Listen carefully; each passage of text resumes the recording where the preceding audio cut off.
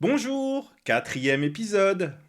Alors je voulais vous dire aussi, depuis que je suis passé au format mini-série, je suis content de voir qu'il y a effectivement des survivants d'épisode en épisode et que ça démontre que la formule vous plaît, hein. Je dis pas qu'il y a une consultation majeure sur ma chaîne, elle est encore tout à fait modeste, mais en tout cas, ça me permet de vous remercier et de remercier tous ceux qui suivent cette chaîne et j'espère que si vous venez regarder ces vidéos, elles vous apportent quelque chose et qu'elles vous apportent autant que ce que j'espère pouvoir vous apporter moi. Voilà. Jingle.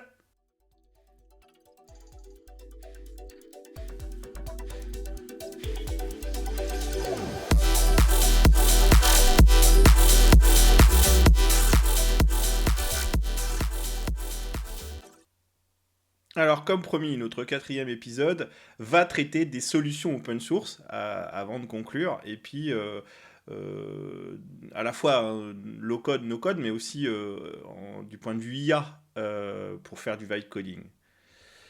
Donc, les points forts des solutions open source, là je sens, il y en a qui vont se dire, il va encore nous rabâcher son argumentaire sur l'open source. Euh, oui et non. Enfin, on va parler flexibilité, contrôle, maîtrise des coûts. Oui, bon, bah, ça reste parmi les argumentaires réguliers. La maîtrise des coûts, hein. Les solutions sont souvent gratuites à l'usage hein, et ça élimine les frais les frais de licence récurrents, les contractations et on peut démarrer un projet beaucoup plus rapide, on peut se lancer beaucoup plus vite et potentiellement c'est aussi une façon de se dire sur du no-code, sur du low-code, bah, il faut essayer, hein. Il faut pouvoir tenter. Tenter sur une solution payante, c'est un engagement. Tenter sur une solution open source en self-hosting et ainsi de suite, oui, ça va demander à savoir un peu la déployer, mais c'est pour ça que ce qui est intéressant, c'est que ça va permettre peut-être de garantir que c'est déployé par des gens de l'IT au profit de gens une population plus large que l'IT, hein, et c'est ce qu'on a un peu essayé de démontrer, mais du coup, ils vont le déployer dans des conditions de contrôle. Euh, En tout cas, ça permet la flexibilité, la personnalisation. L'accès au code source, ça permet de l'adapter. Alors, je dis pas que ça va être simple, hein, de modifier, mais on a vu que potentiellement, il y a des solutions d'apport par des sociétés tierces, par des sociétés en logiciel libre ou logiciel open source. Ça peut permettre de rajouter des fonctionnalités, ou au moins déjà de bénéficier de fonctionnalités rajoutées par des membres de la communauté, et d'influer sur cette communauté pour que potentiellement ces gens puissent le développer.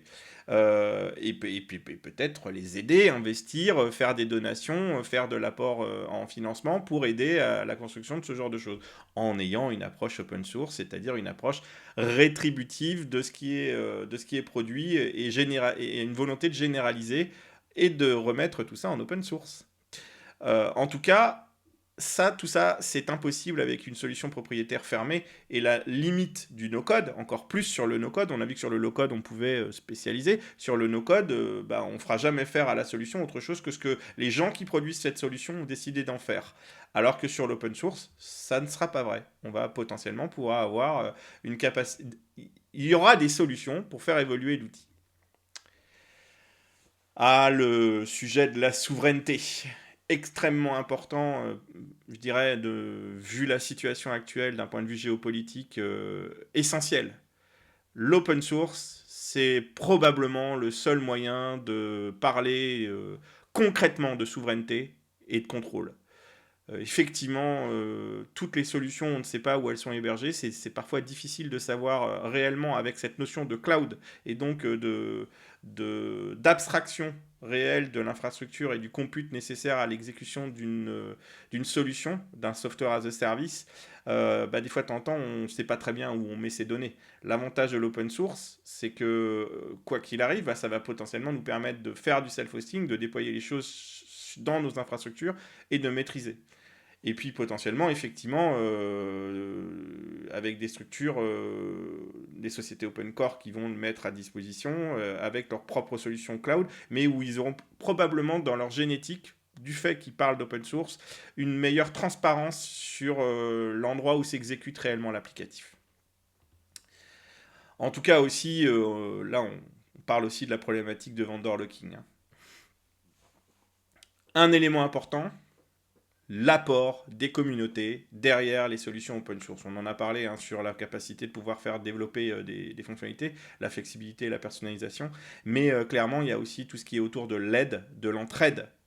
Je préfère le terme d'ailleurs, de l'amélioration, de la documentation, du contrôle, du test de la solution par des communautés de personnes qui sont beaucoup plus grandes, si on a bien choisi. Et si on a regardé les vidéos que j'ai fait sur les bonnes pratiques pour choisir du logiciel open source ou la mise en place de structures dans une entreprise de taille respectable pour gérer l'utilisation de l'open source, ce qu'on appelle les open source programmes Office. Il y a une vidéo qui parle du sujet sur ma chaîne, n'hésitez pas à la rechercher. Enfin, la transparence et la sécurité. Le code est ouvert et j'espère que pour ceux qui suivent la chaîne depuis un moment, vous avez compris que open source ne veut pas dire problématique de sécurité. Au contraire, c'est-à-dire qu'un logiciel ouvert est de principe une garantie de sécurité plus importante. Un code fermé, c'est pas parce qu'on n'a pas trouvé le trou de sécurité qu'il n'existe pas. Et voilà, je vais pas revenir là-dessus, mais voilà, l'open source n'est absolument pas contradictoire avec la sécurité. Je dirais plutôt que c'est le contraire. Alors, par contre, bon, vous le savez, encore une fois, il n'y a pas de baguette magique, et c'est pour ça qu'il faut savoir consommer l'open source, et que je pense que ça doit s'apprendre pour le faire correctement. Il y a des contraintes et des enjeux autour des solutions open source. La première, c'est celle de la compétence technique nécessaire à son utilisation, ou la contractation avec des sociétés de services pour pouvoir aider à sa mise en œuvre. Open source ne veut pas dire gratuit. Je pense que j'insisterai jamais assez. Par contre, open source veut dire contrôle et liberté. Complexité technique initiale. Alors effectivement, l'installation, la configuration, c'est ce que j'étais en train de dire. La maintenance du logiciel va être sous votre responsabilité. Il va falloir effectivement aller piocher dans vos pro-codeurs, comme on a dit qu'il fallait en garder, dans vos pros, quelques pro-ops, pro ce que vous voulez pour le coup. Garder de la compétence chez vous, développer de la compétence chez vous, parce que ça va vous permettre de vous sécuriser, de garantir que vous ne perdez pas la capacité et l'autonomie d'action sur les choix techniques et technologiques que vous faites. Les problématiques de support et de garantie. Je les évoque, mais vous savez très bien ce que j'en pense. Le support, c'est un support communautaire, il existe, et en plus, on a des sociétés.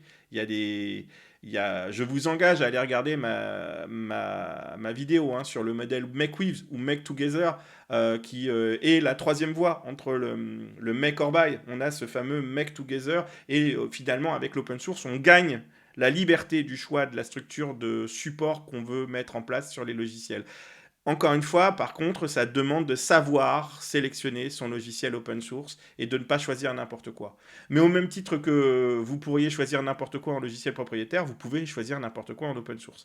Et voilà, pareil, allez voir la vidéo sur comment bien consommer de l'open source. L'ergonomie et l'expérience utilisateur, le parent pauvre de l'open source, assez souvent, pareil, je commence à avoir effectivement à balayer, je commence à avoir un volume de vidéos qui ont balayé un certain nombre des problématiques globales et des avantages et inconvénients de l'open source. Donc voilà, j'essaye de vous faire, sur cette chaîne, j'essaye de construire quelque chose d'assez cohérent en termes d'approche, pour pouvoir justement au fur et à mesure aller sur des sujets qui deviennent de plus en plus complexes. Donc si vous n'êtes pas à l'aise, peut-être que certaines choses déjà évoquées peuvent vous aiguiller avant d'attaquer ces vidéos. La gestion de la mise à jour et de la sécurité. Alors, ça, oui, ça reste un problème. L'open source, effectivement, il n'y a pas de garantie du fait que le projet va persister et il n'y a pas d'engagement ni d'un côté ni de l'autre. Et c'est ça qui est important. Et effectivement, vous n'avez pas d'engagement pour consommer, mais il n'y a pas d'engagement aussi pour le faire vivre. Mais par contre, le code source est librement accessible et disponible et vous pourrez forquer si jamais vous voulez le maintenir à jour et le faire vivre et gérer les aspects sécurité. Vous ou une société que vous allez utiliser pour le faire. La qualité de la documentation, ça c'est effectivement quelque chose qui est très inégal. Alors finalement, peut-être aussi dans les logiciels propriétaires. Bon, c'est contestable aussi. Donc, si on regarde, j'essaye cette fois-ci de faire l'effort justement de vous illustrer en filigrane comment on peut mitiger, réduire ces risques. L'alternative OpenCore pour justement la mise en œuvre et puis gérer la complexité technique initiale. Comprendre l'open source pour les problématiques de support et garantie. Et puis pour ça, vous avez la chaîne UltraGreen aussi pour commencer à introduire les sujets. Le défi de l'open source, hein, l'ergonomie, l'expérience utilisateur, ça reste un défi. Hein. Là, il n'y a pas de filigrane, enfin, ça reste un défi.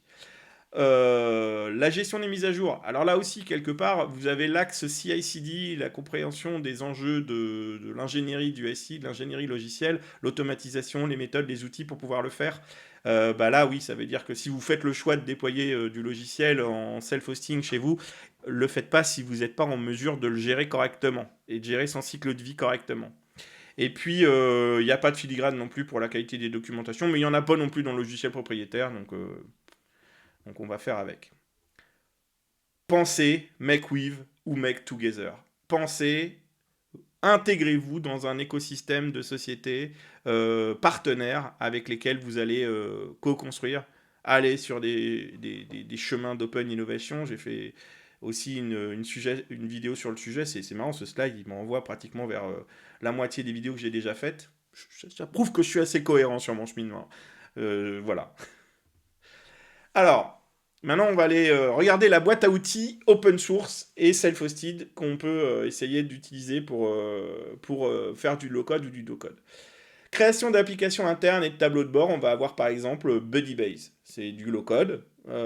C'est idéal pour créer des outils, des outils rapidement, du suivi de projet, de l'interface de gestion de clients. C'est facile à prendre en main. C'est intuitif, c'est la création visuelle, c'est l'automatisation de workflow. Donc oui, il y a de la notion de workflow. Les points d'attention, la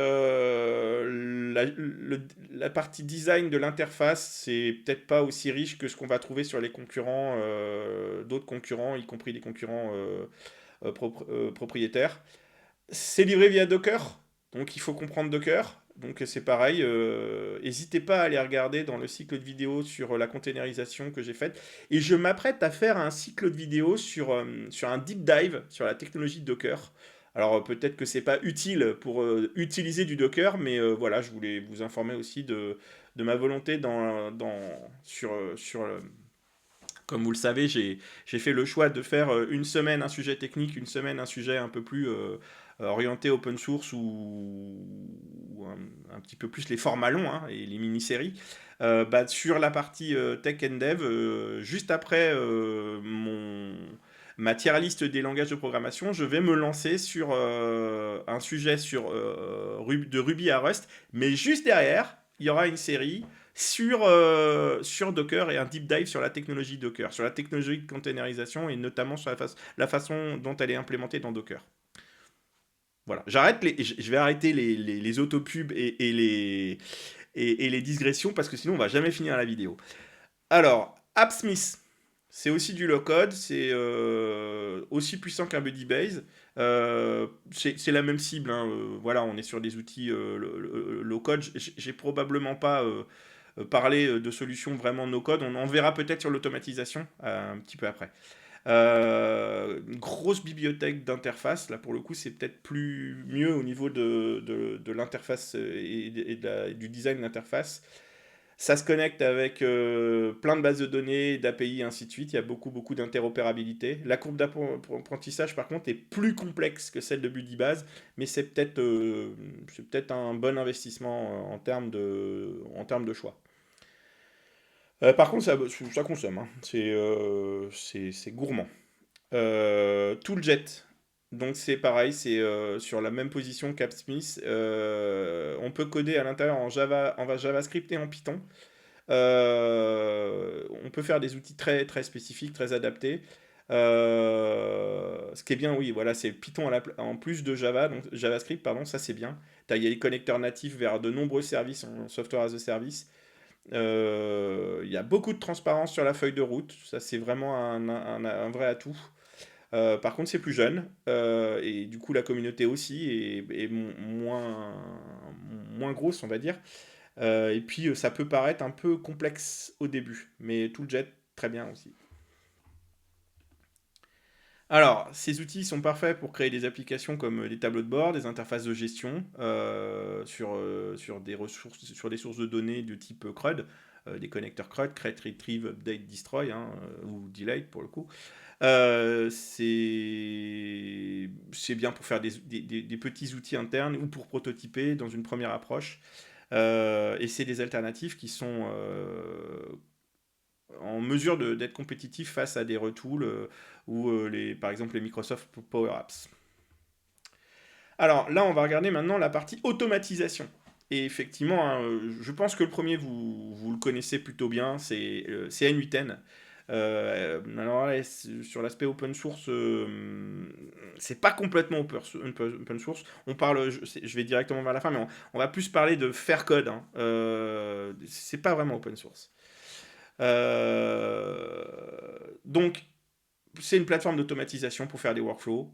Si vous ne le connaissez pas, franchement, il y a plein de vidéos sur Internet. Investir du temps sur N8N, c'est gagner du temps. Ça se déploie aussi. Alors effectivement, ça se déploie plus facilement avec du Docker, mais il y a plein de façons de le déployer. C'est pas forcément simple à déployer sans Docker, donc voilà. C'est idéal pour plein de choses. Enfin, franchement, c'est une vraie une boîte à outils de l'automatisation. Il y a un projet plus ancien, plus geek, qui s'appelle Huggin, que moi, j'ai pas du tout utilisé, qui est beaucoup moins répandu. Vous trouverez moins d'informations. L'interface est beaucoup moins facile d'utilisation. Donc voilà, peut-être regarder plus N8N, investissez du temps sur N8N. Donc c'est des alternatives à des Zapier ou des Make, et ça permet de faire toute l'interconnexion applicative et l'automatisation par des workflows.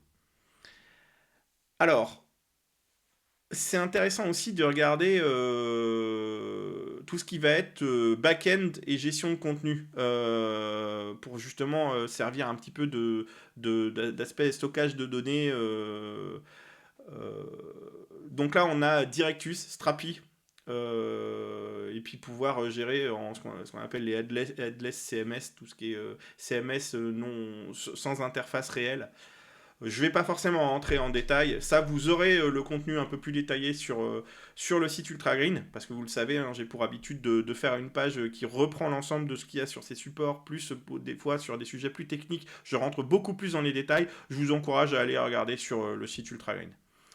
Donc, ça permet de créer une base de données et une API. Donc, c'est ça, hein, cet aspect headless, c'est-à-dire que c'est plus pour gérer construire du back-end ou gérer du contenu, mais sans la partie vue, sans la partie IHM que vous allez plutôt implémenter avec des solutions qu'on a vues dans la première catégorie d'outils. Euh, et les outils de vibe coding, du coup, en open source. Donc là, qu'est-ce qu'on va pouvoir regarder? Effectivement, hein, il y a les modèles d'abord. Et les modèles, vous allez essayer d'utiliser des modèles open source. Il y en a des très bien, hein, Mixtral, Codestral, StarCoder 2, DeepSeek Coder, tout ça, c'est des modèles open source qui sont, somme toute, assez performants. Je ne dis pas que les modèles qui ne sont pas open source sont pas performants. Oui, un Claude Sonnet à 4.5, ça envoie du steak, hein, on est bien d'accord, hein. Mais disons que, encore une fois, il y a cette problématique de souveraineté. Tout va dépendre de ce que vous avez comme criticité de choses à manipuler. Pour pouvoir exécuter ces modèles, il y a des choses assez pratiques comme Oliama ou LM Studio. C'est des choses qui sont compatibles avec le format GGUF. Donc c'est le GPT Generated Unified Format qui fait que effectivement, et c'est le cas, hein, de presque tous les modèles open source, ils sont compatibles pour pouvoir être interopérés de la même manière. Et puis enfin, effectivement, on aura envie de brancher ça sur une IDE, sur un environnement de développement intégré. Et on a par exemple continue.dev ou TabiML. Il y a maintenant OpenCode aussi, qui permettent de de faire ce genre de choses. OpenCode, je ne l'ai pas mis ici, je ne sais pas pourquoi. Allez regarder autour d'OpenCode. Alors, je vais conclure toute cette série de vidéos et on va essayer de trouver un petit peu tous les éléments clés, les éléments importants qu'il faut retenir sur les problématiques de no-code et de low-code. C'est un défi humain plus qu'un défi technique, je pense que vous l'avez compris au fur et à mesure de ces vidéos. Le low-code, le no-code, il ne faut surtout pas se mettre dans la tête que c'est la fin des développeurs. Si vous considérez pour votre entreprise que c'est la fin des développeurs, vous êtes en train de la mettre en péril. C'est la fin du monopole de la création applicative, de la création digitale par contre. C'est-à-dire que jusqu'à présent, il y avait les développeurs plus les designers d'applications qui étaient ceux qui faisaient tous les outils pour l'entreprise. Maintenant, effectivement, il peut y avoir des outils qui sont développés dans d'autres, et des réponses à certains besoins, probablement d'abord, premièrement spécifiques, qui sont créés en dehors des services IT. Potentiellement parce que les ressources IT elles sont limitées et que si on limite la création à ces ressources IT, on limite l'activité potentielle de l'entreprise. Donc oui, c'est bien la fin du monopole de création digitale. Mais le véritable enjeu derrière, c'est ce qu'on a dit, c'est un enjeu de gouvernance et de transformation de la culture d'entreprise, justement pour intégrer la fin de ce monopole de création digitale, de création applicative dans l'entreprise. Alors, les plus grosses problématiques qu'on a à traiter sont donc des problématiques humaines, comment gouverner, qui a le droit de créer, comment s'assurer de la qualité de ce qui est fabriqué, mais aussi des enjeux de sécurité, des enjeux de conformité, et typiquement dans le cadre du règlement général sur la protection des données, en premier lieu. Comment éviter une organisation à multiples vitesses, au moins à 2 vitesses, le côté des bricoleurs du Shadow IT et l'autre, les équipes IT qui doivent réparer derrière et qui doivent suivre derrière et que finalement on se retrouve avec des équipes d'IT qui sont tout le temps en deuxième couteau à reprendre des choses qui auraient dû être en plus encadrées parce que finalement elles ont été mal faites ou faites avec des choses qui sont trop fragiles.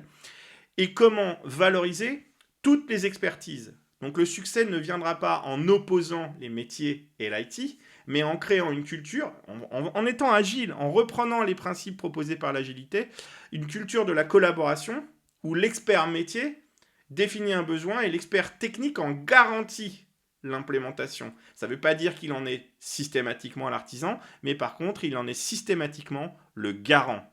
Et pour qu'il en soit le garant, il faut effectivement qu'il y ait les problématiques de gouvernance qu'on a évoquées qui soient bien mises en place et strictes. Et enfin, vous l'avez finalement bien perçu, je l'ai dit à de nombreuses reprises, il ne faut pas qu'il y ait d'approche manichéenne du pour et du contre. On ne peut pas être pour le no-code exclusif, on ne peut pas être contre le no-code ou le low-code. On est dans une obligation d'intégrer, de récupérer ces concepts et de regarder comment on va les transformer en éléments de valeur dans l'entreprise. Et le succès va résider dans l'approche intelligente, l'approche experte et intelligente de ces outils, encadrés par des règles claires, des gouvernances, des règles et des garde-fous, par de la formation et par la conservation de la compétence technique. Et donc, effectivement, une entreprise doit continuer à recruter du junior, qu'elle va accompagner dans sa transformation en pro-codeur, en développeur senior, pour justement maximiser la production de valeur pour l'entreprise. J'insiste, je pense que le dernier point sur lequel je veux insister, c'est une entreprise qui ne fait plus rentrer de développeurs juniors n'aura jamais de développeurs seniors. Et si elle n'a pas de développeurs seniors, elle disparaîtra. Donc je vous remercie. Voilà, c'était un sujet important pour moi, hein, le sujet du vibe code, no code. Comme je vous l'ai dit, c'est un sujet, j'ai les oreilles qui résonnent en permanence de ce sujet dans plein de domaines, hein, à la fois personnel, professionnel et ainsi de suite, dans tous les contextes personnels et professionnels. Et à un moment, je pensais qu'il était important que je m'exprime sur ce sujet.